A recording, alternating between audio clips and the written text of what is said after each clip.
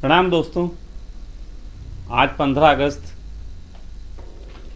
इसकी शुभकामनाएं दूं या फिर चिंतन करूं कि हमने क्या पाया क्या खोया। मुझे लगता है कि शुभकामनाएं जैसी कोई बात वर्तमान के दौर में तो कम से कम दिखाई नहीं देती। ये बात अलग है कि हमें अंग्रेज़ों से जो है वो आज़ादी मिली थी। 75 साल पहले हमें जो है अंग्रेज़ों से आज़ादी मिल गई थी, लेकिन क्या ये वास्तव में आज़ादी थी? पहले तो हमें समझना पड़ेगा कि अंग्रेज़ों ने जब इस देश को गुलाम बनाया तो उन्होंने क्या किया था, और जिस समय उन्होंने गुलाम बनाया क्या उन्होंने हिंदुओं को गुलाम बनाया था? मेरा जहाँ तक चिंतन है, जहाँ तक मेरी दृष्टि जाती है, हम लगभग 1000 साल से ज़्यादा गुलाम रहे मुगलों के। अंग्रेज़ों की लड़ाई मुगलों से थी, और एक शब्द जिसे हम सुनते हैं व्यापार, व्यापार शब्द जो है वो मुगलों की देन है, क्योंकि मुगल ही व्यापार आरंभ किए थे। मुगलों ने ही दुनिया में जो है वो सोने का, मसालों का, हीरे जवाहरातों का व्यापार आरंभ किया था। इनके व्यापारिक साम्राज्य को समाप्त करने के लिए अंग्रेज़ों ने व्यापार का ही सहारा लिया, और उस व्यापार के सहारे से उन्होंने हमें एक तरीके से गुलाम बनाया। उसके बाद ऐसा हुआ कि अंग्रेज कहने के बजाय मैं इस समय ईस्ट इंडिया कंपनी कहूंगा। उसके बाद ईस्ट इंडिया कंपनी जो थी एक समझौते के तहत देश छोड़ के गई। आपको मालूम है कि ईस्ट इंडिया कंपनी नाम एक था, लेकिन उसकी 100 कंपनियां थीं, और उस 100 कंपनियों में शायद 4 या 5 कंपनियां उस समय यहां से चली गई थीं। बाकी कंपनियां आज भी यहां मौजूद हैं। नेस्कैफे की जो लोग अपना सरदर्द खत्म करने के लिए चाय पीते हैं, वो सरदर्द देने वाले ईस्ट इंडिया कंपनी की ही प्रोडक्ट है, और भी बहुत सारे हैं। जाते जाते एक बड़ा गजब का काम हुआ था। हमको आजादी पहले मिल गई थी। आजादी हमको मिल गई थी 15 अगस्त को, लेकिन फिर संविधान लागू किया गया। शब्द सुनना, संविधान लागू किया गया 26 जनवरी को। यह किसने लागू किया? क्या ये हमारे देश में उस समय जो भी लोग चुने गए थे, चाहे वो जवाहरलाल नेहरू हों, चाहे सरदार वल्लभ भाई पटेल हों, चाहे अंबेडकर हों, चाहे उस समय गांधी हों, जो भी लोग थे, क्या ये इन लोगों ने खुद पे लागू करवाया था संविधान, या फिर अंग्रेजों ने एक शर्त रखी थी कि अब आपको संवैधानिक रूप से इस देश को चलाना पड़ेगा, और संविधान जो है वो लिखने का कार्य जो है वो फिर उसके बाद सौंपा गया था अंबेडकर को?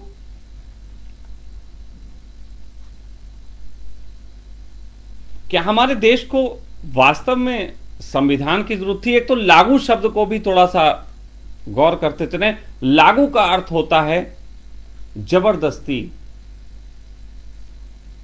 बांध के कोई चीज आप पे इंप्लीमेंट की जाए, इसको लागू शब्द। एक लागू शब्द में कई चीजें आ जाती हैं, जबरदस्ती भी आ जाती है, लागू करना, बंधन भी इसमें आता है, इंप्लीमेंटेशन भी इसमें आता है। इन 3 चीजों का जोड़ जो है वो लागू है। तो संविधान हम पे लागू किया गया था।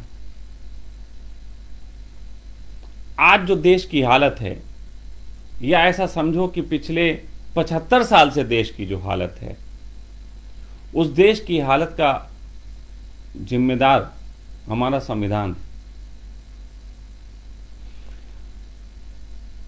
अच्छा, आजादी को हम केवल किस ढंग से आंकेंगे, जरा इस पे थोड़ी सी चर्चा कर लेते हैं।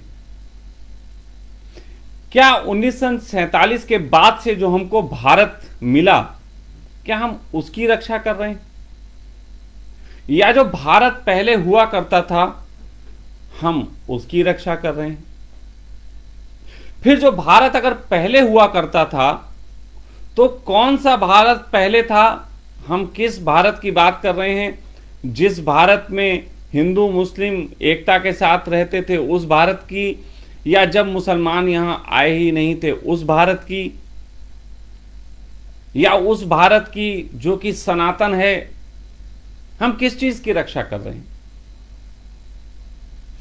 अगर हम सनातन भारत की रक्षा कर रहे हैं, सनातन भारत को हम केंद्र में मान के आजादी के लिए कार्य कर रहे हैं, तो फिर सनातन भारत के हिसाब से किसी भी तरीके के कारखाने और ये सब लगने की कोई ज़रूरत नहीं है, क्योंकि सनातन जो हमारी संस्कृति है वो इस सब को कहीं जगह ही नहीं देती।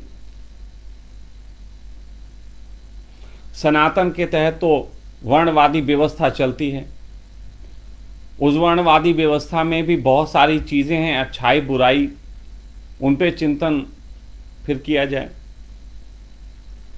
अगर हम अंग्रेजों ने जो छोड़ के गए हिंदू मुस्लिम का साम्राज्य जो यहाँ चल रहा था मिला जुला, और उसको अंग्रेजों ने आके हथियाया था, अगर हम उस भारत की रक्षा करते हैं तो क्या अपने देश में रहने वाले 30-40 करोड़ लोगों को हम गलत बता के कहीं कोई प्रोग्रेस कर सकते हैं? या अगर हम ऐसा मानते हैं कि संविधान, हमें आज़ादी जिस दिन मिली उसके बाद से एक नया भारत है, हमें उसकी रक्षा करनी है, तो कोई ये बताएगा कि बिना विस्तार के कोई भारत कैसे अपनी रक्षा कर सकता है? विस्तार की बात जब मैं कहता हूं तो भूमि विस्तार की बात नहीं कहता हूं, वैचारिक विस्तार की बात कहता हूं, आर्थिक उन्नति के विस्तार की बात कहता हूं। जिस देश में हजारों लोग बेरोजगार हो जाएं, क्या वो देश इस योग्य हो पाएगा कि अपने प्रोडक्ट जो है विदेशों में बेचे? क्या वो देश, जो देश दूसरों से कर्जे लेके अपने देश में कमा के और दूसरे देशों को उस कर्जे का ब्याज देता हो, क्या ऐसा देश तरक्की कर पाएगा? हमने जो भी अपना जीवन देखा है, उस जीवन में हमेशा एक ही बात देखी, हर व्यक्ति को अतीत प्यारा लगता है। पहले अच्छा था अब बुरा, और ऐसा हर वर्तमान में हुआ है। आज से 200 साल पुरानी चले जाओ तो भी ऐसी ग्रंथ पाए जाएंगे जिनमें लिखा होगा कि अब समय बुरा आ गया, पहले अच्छा था। वर्तमान में भी अगर आप लोगों से पूछो तो कहेंगे पहले अच्छा था अब बुरा हो गया। आखिर ये पहले अच्छा था अब बुरा हो गया, ये कहाँ से आता है? पहले हमारा भारत अच्छा था अब बुरा हो गया, ये भी कहाँ से आता है? असल में ये चीजें आती है कंपैरिजन से। जिसने दो रूप देखे हों, पहले एक जो था और अब जो है, वो कंपेयर कर सकता है। कंपेयर करने से कोई व्यक्ति कह सकता है पहले का समय अच्छा था और आपका समय बुरा है, या आपका समय अच्छा है पहले का समय बुरा था। तो निश्चित ही कुछ चीज़ों में मेरा मानना है, सिंपली बात नहीं कहूँगा, कुछ चीज़ों में आज का दौर बहुत बढ़िया है और कुछ चीज़ों में आज का दौर बहुत खराब है। अब फिर वही आएगी बात, अगर वास्तव में मैं ये सत्य कह रहा हूँ कि कुछ अच्छा है तो कुछ बुरा है, तो यहाँ पे तर्क ये आता है, बिल्कुल ईमानदारी के साथ मैं स्वयं से तर्क करके इस समय बात कर रहा हूँ कि पूरी ईमानदारी के साथ फिर ये बात भी आती है कि हमें कुछ भुगतान तो करने पड़ेंगे। अगर हमें आज के दौर में टेक्नोलॉजी चाहिए तो हमें अपने समय का मूल्य चुकाना पड़ेगा। अगर हमें आज जो है ये जो जिसको कहते हैं कानूनी व्यवस्था सघन चाहिए, तो कहीं ना कहीं आज़ादी के मूल्य चुकाने पड़ेंगे। लेकिन फिर यहां पे भी ईमानदारी के साथ एक चर्चा तो होनी चाहिए, और वो चर्चा ये है, क्या वास्तव में ऐसा है कि हम थोड़े से गैजेट्स जिनको हमने अपने इस्तेमाल के लिए बनाया, उनके पीछे, उनको पाने के लिए हम अपना समय बिल्कुल खो दें? क्या ये मूल्य उचित है? क्या ये मूल्य उचित है कि हम अपने शरीर के 30-40% हिस्से को गाली देते हुए अपने को विकलांग बना के जीने चलने के लिए राष्ट्रभक्ति के नाम पे हिंदू मुस्लिम करते फिरें, विकलांग होके घूमने में हमें बड़ी शान महसूस हो? क्या ये मूल्य उचित है? संविधान के नाम पे, संविधान की रक्षा के लिए, संविधान जहां पे लिखा जाता है, जहां पे लागू किया जाता है, उस भवन के अंदर संविधान की रक्षा करने के लिए नियुक्त किए गए लोगों को पीटा जाए, क्या ये मूल्य उचित है? 1 लाख किसान जिस देश का सड़कों पे उतर के अपने लिए मांग करते हुए 1 साल बिता देता हो, क्या उस किसान की बात ना सुनने का मूल्य उचित है? क्या ये बात बहुत उचित है कि हमारे देश में जिन नेताओं को हम चुन के लाते हैं हमारे देश में अच्छे कर्मों के लिए, वो नेताओं को ये हक कौन संविधान देता है? किस संविधान में ये लिखा हुआ है कि वो नेता चुनाव के मुद्दों में फ्री में चीजें बांटने का या फ्री में वस्तुएं दिलाने का वादा करके ज्यादा से ज्यादा वोट ले सकें? अगर ये सही है तो मैं एक पार्टी बना के चुनाव लड़ना चाहता हूं कि हर इंसान को एक स्त्री दिलवाई जाएगी। अगर मैं सत्ता में आया तो हर लड़के को एक स्त्री उपलब्ध कराई जाएगी। मैं इलेक्शन लड़ लेता हूं, बता दो लैपटॉप जीतेगा कि स्त्री जीतेगी? गंदी लग रही होगी ना मेरी बात, लिखो गालियां नीचे। लेकिन 75 रुपए, 100 रुपए का अनाज दे के किसी आदमी को बेरोजगार रहने के लिए राजी कराना, ये कौन से संविधान में लिखा है?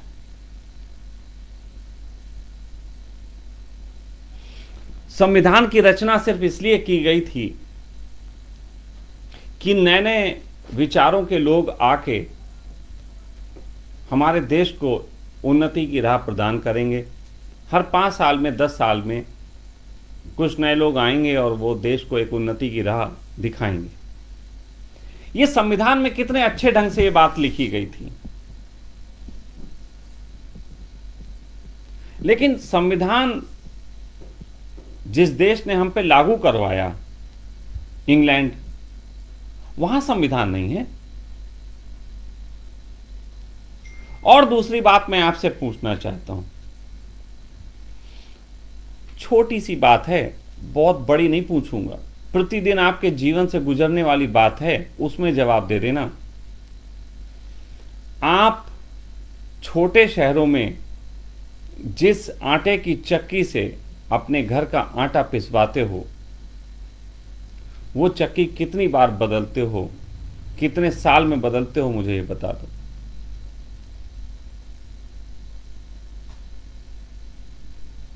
जिस ब्रांड का आप आटा खाते हो, जो लोग पिसवाते नहीं, अब तो बहुत से ऐसे हैं, वो कितने ब्रांड बदल बदल के आटा यूज करते हैं, मुझे ये बता दो। आप एक मकान बनाओ और उस मकान के नींव डलने के बाद फिर आप इंजीनियर बदल दो, फिर दीवार 6 फुट ऊंची हो जाने के बाद फिर इंजीनियर बदल दो, फिर थोड़ा और कुछ हो जाने के बाद फिर इंजीनियर बदल दो। विश्वास मानो तुम्हारा मकान अजायब घर बनेगा। अजायब घर बना दिया हमने इस देश को। इस देश के अंदर एक भी विचार, चाहे वो धार्मिक हो, चाहे वो नैतिक हो, चाहे वो सामाजिक हो, स्थायी नहीं है।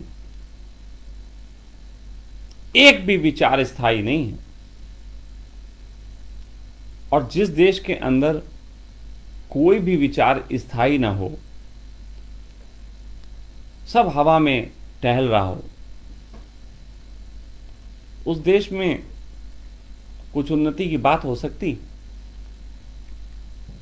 आप लोगों को लग रहा होगा मैं देशद्रोही, लेकिन मैं आप लोगों को बता देना चाहता हूं, मैं आज चाहूं तो ये देश छोड़ के दूसरे देश में सेटल हो जाऊं। आज मुझे सिर्फ आज एक विचार करने की जरूरत है और 4 महीने बाद मैं किसी भी देश में हो सकता हूं सेटल। इतने देशों से मुझे निमंत्रण है, मुझे लोग मदद करने को तैयार हैं और गहरे रूप में वो चाहते हैं कि छोड़ो ये देश, वहां आ जाओ।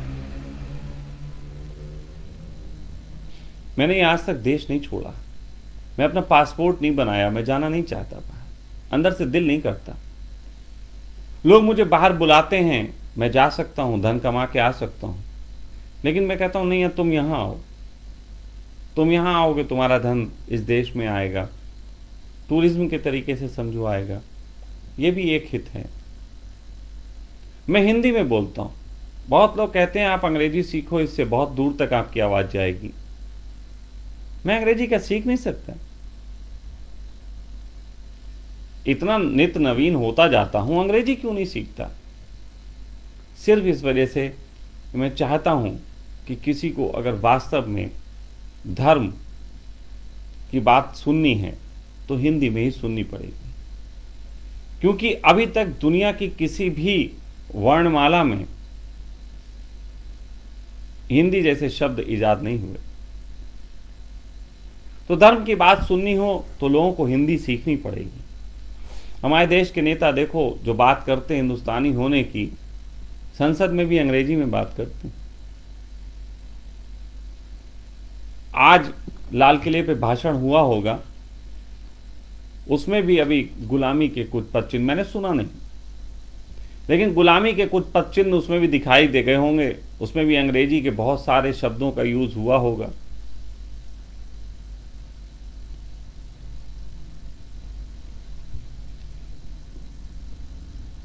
मैं भी आप लोगों के बीच यहां आके बैठा हूं ना, मैं भी रो के आया, मैं भी रो रहा था कि हम कहां जा रहे हैं। सच बताएं, मेरे जीवन में तो बड़ी खुशहाली है, मुझे तो नहीं रोना चाहिए,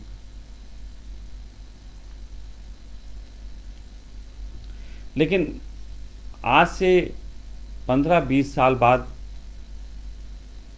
मैं फिर से भारत छोड़ो का नारा नहीं सुनना चाहता। और 20 साल बाद भारत छोड़ो का नारा लगेगा, लेकिन ये नारा भारत छोड़ो का जिन लोगों के खिलाफ लगेगा, वो फिर हमारे देश को गुलाम बना चुके होंगे। ये बात है, अब की बार वो गोरी चमड़ी के रूप में सामने नहीं आएंगे, क्योंकि तुम्हारी जो गेहुआ चमड़ी है वो उनकी गुलामी राजी कर चुकी है और अपना चेहरा आगे रखने को राजी। मैं बहुत गंभीरता के साथ ये बात कहना चाहता हूं कि अगर कुछ मुट्ठी भर लोगों को, कुछ थोड़े से मोटा भाई टाइप के लोगों को अगर ये देश लूटना ही है, तो यार तुम खुद लूट लो। तुम दूसरों के सहारे लेके जो लूट रहे हो, और लूट के भी अपने हिस्से का धन उन्हीं के बैंकों में रखोगे जिसका तुम इस्तेमाल भी नहीं कर पाओगे। ये बात ध्यान रखना, इस बार अंग्रेज बहुत शातिर ढंग से आए हैं। मेरे देश को बचाओ।